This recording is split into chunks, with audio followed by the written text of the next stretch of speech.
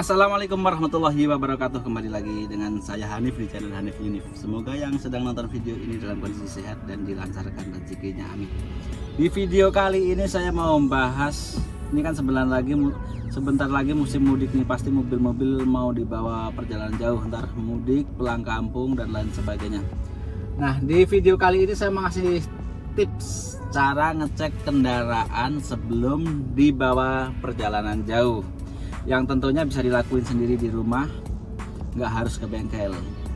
Tapi kalau ada kendala ya tetap, kalau yang nggak bisa dilakuin di rumah harus dibawa ke bengkel. Tapi minimal kita udah bisa ngecek item-item yang krusial, yang itu penting, harus dalam kondisi baik untuk bawa perjalanan jauh.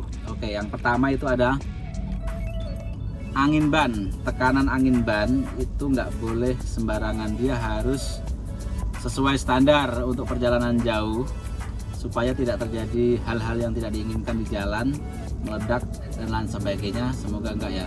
Jadi tekanan angin ban harus dicek, jangan sampai kurang, jangan sampai berlebihan.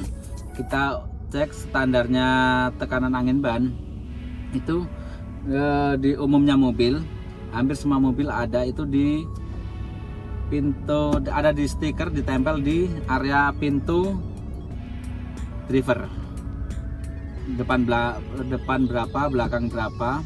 Biasanya depan 34, belakang 38, kayak gitu ada tempelannya. Dan setiap mobil itu standar tekanannya beda-beda.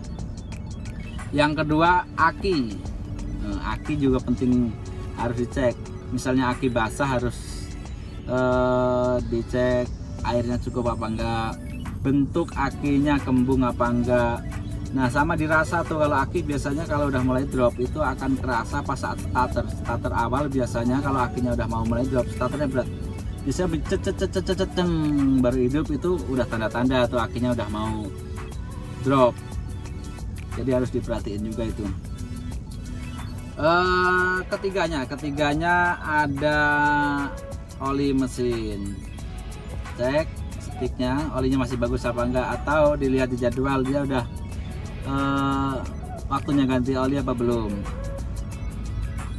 Terus kalau memang udah waktunya ganti oli, mendingan diganti dulu olinya sama saringan olinya, baru buat perjalanan jauh biar tenang.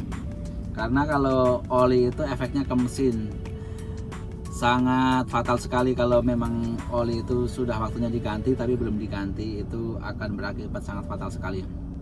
Nomor empatnya ada air pendingin atau sistem pendingin, water cooling, air radiator, pokoknya sistem pendingin. Air radiator bisa dicek cukup apa enggak airnya, sama biasanya tutup radiatornya itu kalau bermasalah, nanti walaupun airnya cukup dia nggak bisa sirkulasi secara baik. Si tutup radiator juga harus dicek, dibuka tutupnya, diputar, dilihat dia biasanya ada valve katupnya, dipencet-pencet gini masih fungsi apa enggak.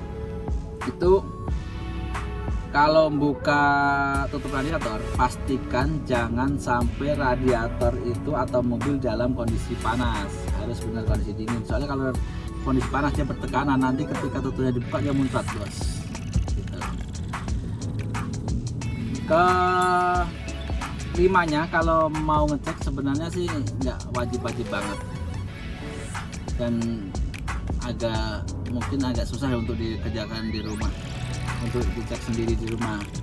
Tapi kalau biasanya setiap mobil itu ada dongkrak, itu biasanya mobil didongkrak sedikit, kita cek kaki-kakinya. Mobil didongkrak dikit, roda itu sampai gantung, ntar digoyangin, ban itu atas bawah, depan belakang, puter, normal apa enggak. Nah, untuk ngetes normalnya apa enggak, seharusnya kan dia nggak ada goyangan, nggak ada getaran saat diputar. Dicek atas bawah, digoyangin atas bawah kayak gini. Kalau dia oblak berarti ball jointnya kena atau udah oblak. Terus digoyangin depan belakang. Kalau dia oblak berarti long T-rod atau anti-rod atau steering racknya yang oblak. Terus bannya diputar kenceng tuh, soknya dipegangin. Kalau ada kerasa getar di situ berarti bearingnya kena. Yang terakhir, Yang terakhir ada etol jangan lupa diisi. Cek saldonya ada apa enggak, jangan sampai nanti udah di dalam tol etolnya nggak ada saldonya. Nggak bisa keluar. Oke, kayak itu aja cukup. Jadi itu item-item yang perlu dicek, yang bisa dilakuin sendiri di rumah untuk sebelum melakukan perjalanan jauh atau mudik. Sekian dari saya, terima kasih. Jangan lupa yang belum subscribe, like, share, dan komennya. Assalamualaikum warahmatullahi wabarakatuh. Kalau yang belum subscribe, jangan lupa subscribe, komennya, like, share, supaya video